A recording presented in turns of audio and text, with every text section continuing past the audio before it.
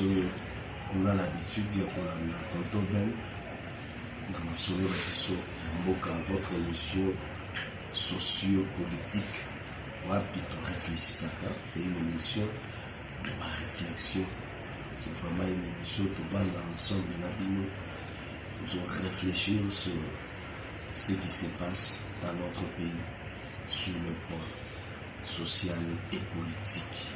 Parce que nous avons dit que le Congo est un bon cannabis, est un modèle.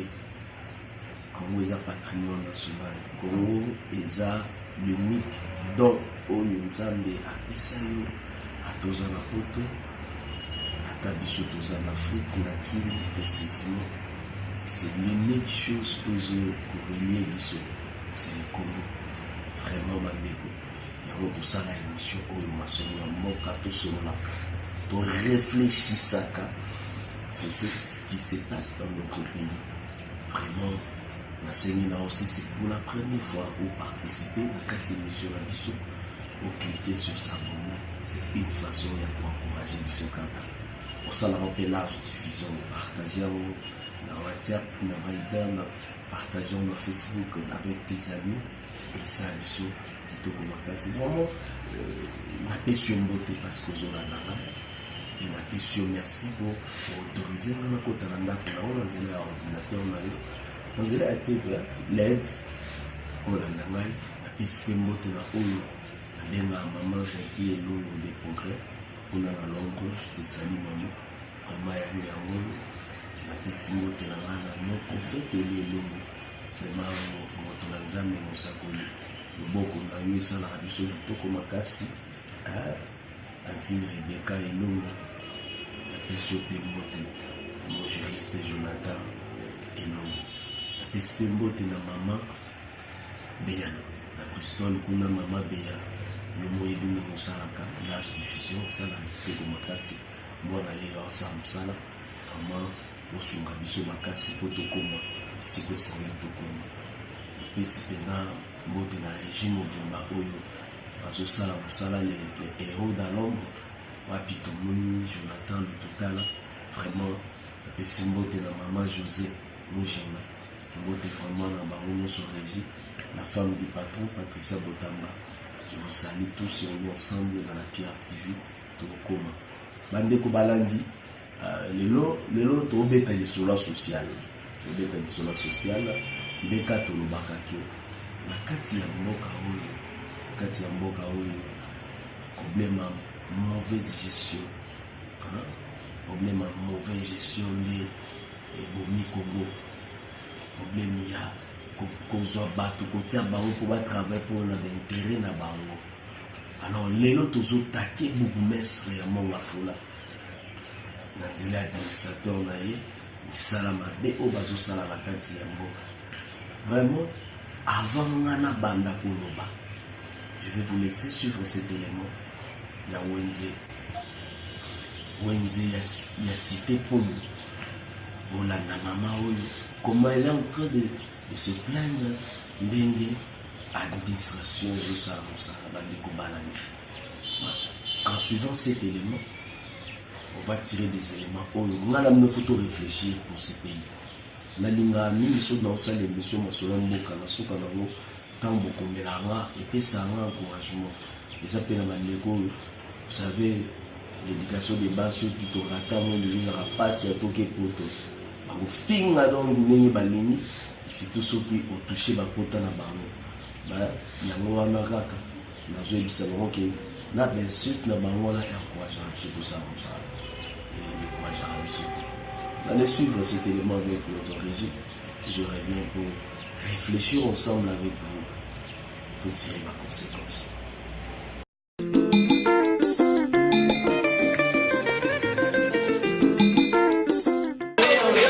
Éviter ce que ça n'a pas éviter ce que ça n'a pas marché oyo bapesa biso yango comme cadeau epai ya bisengemani à l'époque tozalaka na libanda l'état ayebisi biso tolonga na libanda tokota na kati parce que libanda eza barisque kaka yeli sous l'état atie bato libanda kati etikala polele tokoma kaka kovanda kaka bongo bamesa etalage etikala polele me na kati na libanda bato batonda na bato desika koleka eza te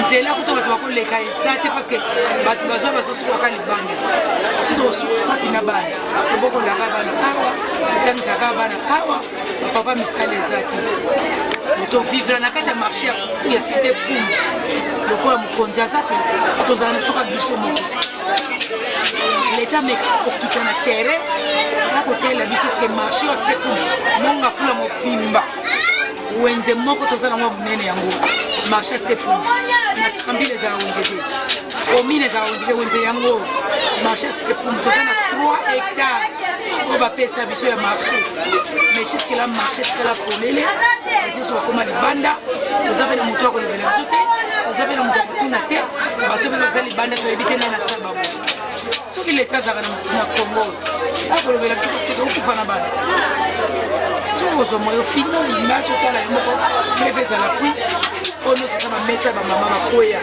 bakimakima bazongazonga bandako mpona nini baboya na bango baa na kati nyonso baza libanda enze koma libanda eza libanda susi na biso bakonzi bakita tokoza biso na mokonzi te poso tozalaka na mokonzi basi bazwile biso solution kasi eza te ke o bato bazoteka libanda nde bazangi esika twana esika monene tino likolo eza marché ti likolo bateya baplace eza vide tala wana ezoto fie mobima ete bazwanga na eza vide bato bazala makambo mokobima na libanda kuna place moto aleka eza te place oyo moto akoleka eza te parce que bazwi bato nyonso bacece bato libanda biso nyonso tobima libanda soki leta azalaka aya kotelela biso soki bazalaka te tokufaka na bana wana eloko kosala te oyo peut-être eza souci ya biso bamama na kati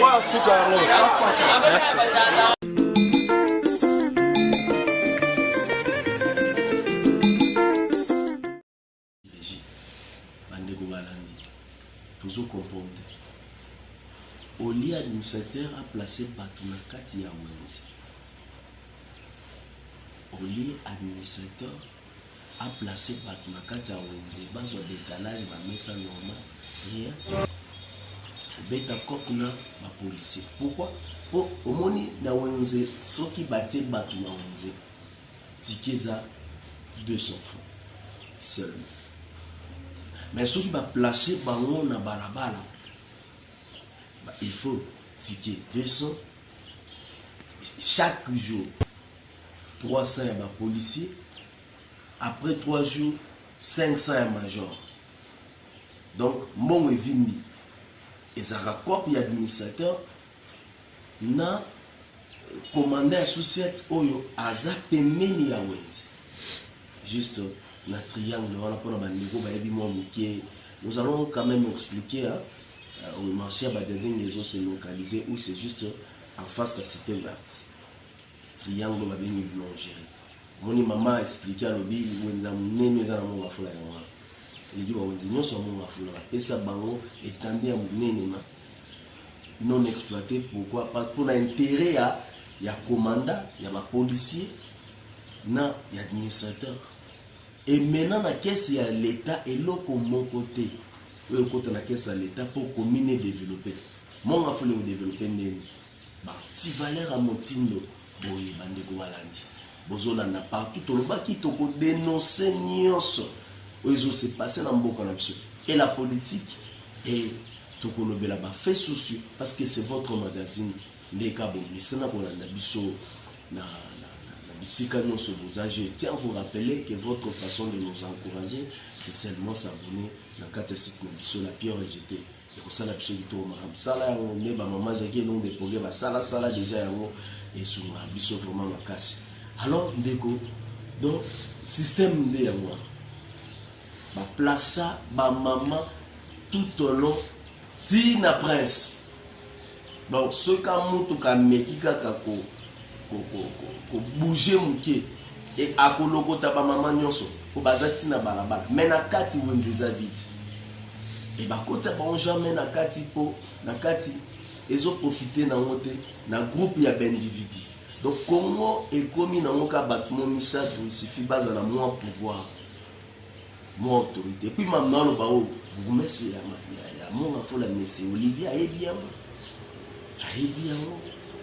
Donc ils ont ça la passe.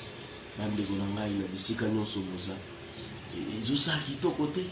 Il est au courant de cela. Allez kaka.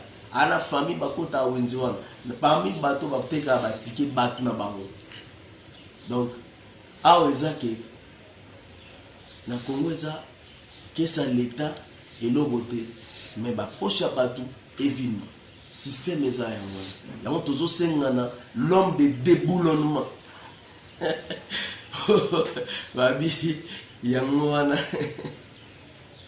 aïe aïe aïe Utara nomo mona ne même to titre émission de soirée de Sobi ba maman onde basengi na fati a déboulonner système à gestion donc il faut na ba pince bimebele ya déboulonner administrateur ba policier pour vraiment on est ensemble vous voyez c'est votre émission Masolo Mboka c'est votre chaîne PR TV.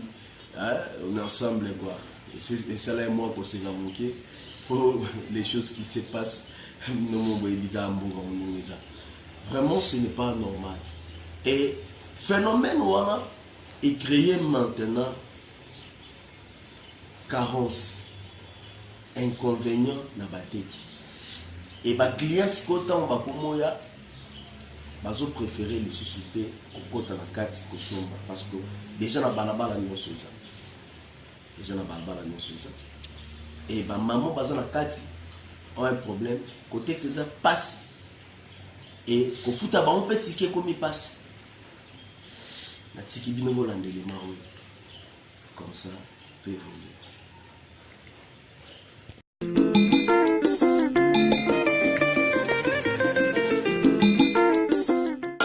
Bonjour. Maman toya na wenze tomoni ozoteka. Toyoka kiba maman mususu balelaki maman batike batracasserie bani ba policier. Réalité ça non ndeni na wenza ndimo te. Na wenze likamdenge za ndimo bolobela ngoko buka lokuta te. Pona ba policier bato. Biso toza na détalage bato saka biso te. Bato saka biso te ndo ba policier baleka ba bana ko protéger bino ba bana ba boté. Na mona te. Bo mama pe o bateka ka tike. Bazalaka tout partout. Lelo soki yanga lobi soki ya yo.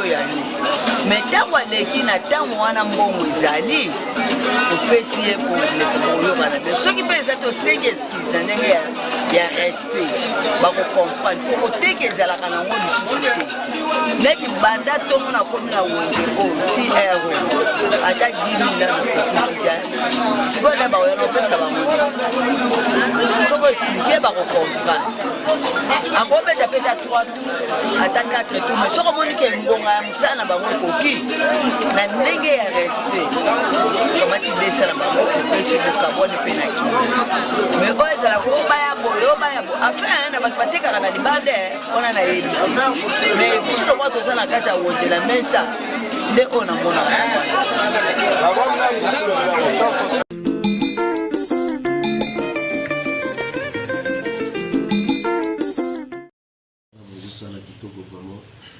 ensemble na bino pour nous devons évoluer. Ah bandeko. Donc maman yewana azolela côté keza susute parce que ba suka libanda et bon ba préférer libanda pour libanda ils ofuta ke 4 libanda ils ofuta ke 4 donc il faut que batsa ba libanda parce que na 4 mois ba te keza donc to bomi système ya biloko ko déboulonner yango yo fati ya ko déboulonner bateau vraiment bande ko balandi to ko mo terme ya émission mais inconvénient liboso ba biloko za étalé botala même katana ne bosala buno mo bozo mo na biloko nyonso ne baza ba ezo étalé yango registre na biso na penseur ya babiloko ne bazotala ne batandi biloko na se bandeko biloko eza na se inconvénience ko eza nini basombi baza exposé na fièvre typhoïde na bamaladie ebele oyo eyaka na nzela ya bamicrobe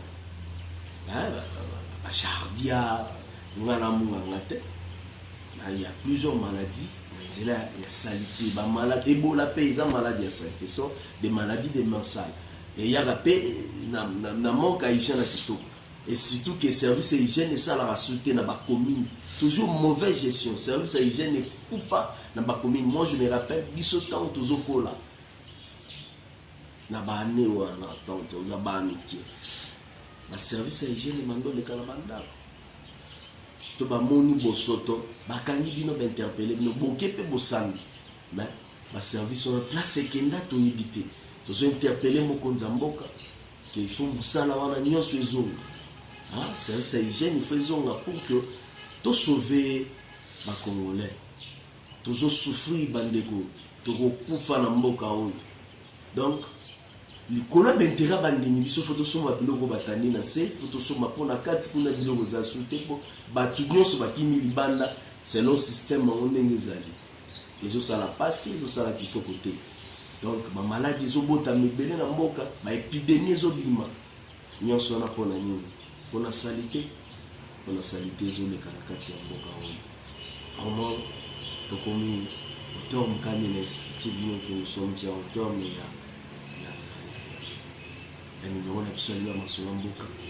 si vous avez aimé, je vous demande seulement de s'abonner et de partager. Partagez les bisous, l'émission pour les Kobala Nata. Et sur la bisou, on s'abonner. Et ça, bisou de Tokomaka, c'est ça va nous encourager à tout évoluer. Comme Nasuka. Et merci à la région Obimba. Maman Jacqueline Le Progrès, Jonathan L'Hôpital, la femme du patron Patricia Rotama. Je vous dis au revoir.